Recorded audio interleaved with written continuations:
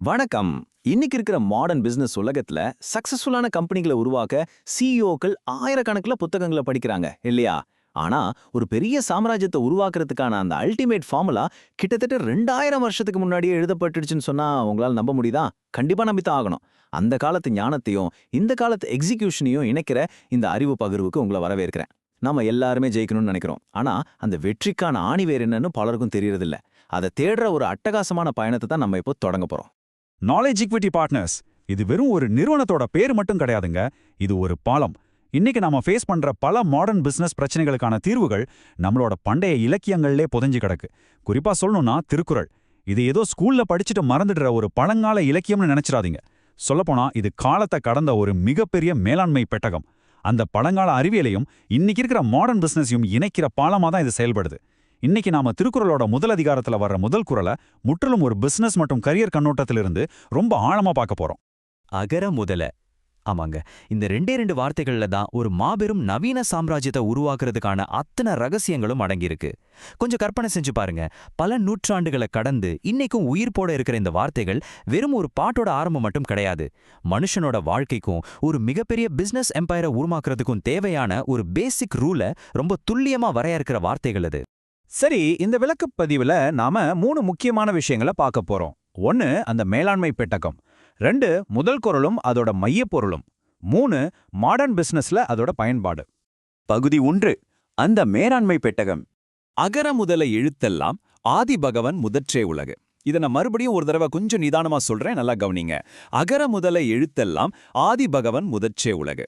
கேட்கறதுக்கு இது ரொம்ப சிம்பிளான ஒரு கவிதை மாதிரி உங்களுக்கு தோணலாம். ஆனா இந்த ஒற்றை வரியோட மொழியியல் அழகுக்குள்ள நாம வெற்றி பெறுவதற்கான ஒரு மிகப்பெரிய அல்காரிதம், ஒரு சயின்டிபிக் ஃபார்ம்ல ஒழிஞ்சிருக்கு. அது என்னன்னு தான் நாம இப்போ டீகோட் பண்ண போறோம். பகுதி 2 முதல் குறளும் அதோட மையப்பொருளும். இப்போ நம்ம ஒருத்தருக்கு பேசிக்கிறதுக்கு மொழி ரொம்ப அவசியம், கரெக்டா? அந்த மொழியில இருக்கிற எல்லா எழுத்துக்களுக்கும் சத்தங்களுக்கும் ஒரு ஸ்டார்டிங் பாயிண்ட் எதுன்னு கேட்டா அது அ அப்படிங்கிற எழுத்து தான். இது யாராலையும் மறுக்க முடியாத ஒரு உண்மை. அதே மாதிரி தான் இந்த ஒட்டுமொத்த உலகத்தோட இயக்கத்துக்கும் ஒரு ஸ்டார்டிங் பாயிண்ட் இருக்கு. அதைத்தான் வள்ளுவர் ஆதி பகவன் அப்படின்னு குறிப்பிடுறார். இங்க தான் நீங்க வள்ளுவரோட அறிவாற்றலை கவனிக்கணும். மனுஷனுக்கு ரொம்ப ஈஸியா புரியக்கூடிய ஒரு மொழியியல் தத்துவத்தை வச்சுக்கிட்டு இந்த பிரபஞ்சத்தோட ஒரு மாபெரும் இயற்பியல் விதியை, ஒரு பிசினஸ் விதியை நமக்கு எவ்வளவு சிம்பிளா புரிய வைக்கிறாரு பாத்தீங்களா? இங்க ரொம்ப முக்கியமான ஒரு விஷயத்த நான் தெளிவுபடுத்தணும். இந்த ஆதி பகவன் அப்படிங்கிற வார்த்தை ஏதோ ஒரு குறிப்பிட்ட மதத்தோட கடவுளை குறிக்கல. அதுக்கு பதிலா இது இந்த பிரபஞ்சத்தோட ஆதி ஆற்றல், அதாவது த பிரைமோடியல் எனர்ஜியை குறிக்குது. எல்லாத்துக்கும் மூலாதாரமா இருக்கிற ஒரு யூனிவர்சல் லா அது. இன்னைக்கு இருக்கிற மாடர்ன் உலகத்துல இத ஃபர்ஸ்ட் பிரின்சிபிள்ஸ் திங்கிங் அப்படின்னு சொல்றாங்க. எலான் மஸ்க் மாதிரி மாபெரும் பிசினஸ்மேன்லாம் ரொம்ப சக்சஸ்ஃபுல்லா யூஸ் பண்ற டெக்னிக் இதுதான். ஒரு பெரிய படைப்போ இல்ல ஒரு கம்பெனியோ உருவாகணும்னா அது எந்த காம்ப்ரமைஸும் இல்லாத ஒரு ஸ்ட்ராங்கான ஆணிவேர பேஸா வச்சிருக்கணும். அதுதான் இந்த ஆதி பகவன். பகுதி 3 நவீன வணிகத்துல இதோட பயன்பாடுகள். 2000 வருஷத்துக்கு முந்தைய இந்த ஆழமான விதியை இன்னைக்கு இருக்கிற மாடர்ன் எக்ஸிகியூஷனுக்கு நம்ம அப்ளை பண்ணும்போது 3 மிக முக்கியமான தூண்கள் உருவாகுது. முதல் தூண் அடித்தளம். 2வது தூண் 0 to 1 அப்படின்னு சொல்லப்படுற தொலைநோக்கு பார்வை. 3வது தூண் மூலக்காரண பகுப்பாய்வு அல்லது ரூட் காஸ் அனாலிசிஸ். இந்த 3மே இன்னைக்கு மாடர்ன் எக்ஸிகியூஷனோட ரொம்ப பேசிக்கான ஸ்ட்ராங்கான விதிகள்னு சொல்லலாம். இதுல முதல் தூணான அடித்தளத்தை எடுத்துப்போம். ஒரு பில்டிங் எவ்வளோ உசரமா இருந்தாலும் அதோட மொத்த பலமும் எங்க இருக்கு? அதோட பேஸ்மெண்ட்ல தான் இருக்கு, இல்லையா? பிசினஸ்லயும் அதே தாங்க. ஆப்பிள் இல்லனா டாடா மாதிரி உலகத்தோட மாபெரும் நிறுவனங்களை கொஞ்சம் யோசிச்சு பாருங்க. அவங்களோட சக்சஸ்க்கு காரணம் அவங்க உருவாக்குற ப்ராடக்ட்ஸ் மட்டுமே கிடையாது. எந்த சூழ்நிலையிலையும் அவங்க விட்டு கொடுக்காத அவங்களோட கோர் வேல்யூஸ் எனப்படும் அடிப்படை மதிப்புகள் தான். அந்த அடிப்படை மதிப்புகள் தான் ஒரு கம்பெனியோட ஆ. அந்த ஆ அப்படிங்கிற தொடக்கம் ஸ்ட்ராங்கா இல்லைன்னா மீதி எந்த எழுத்துக்களும், அதாவது கம்பெனியோட எந்த ஆக்ஷன்ஸும் நிலைச்சு நிக்காது.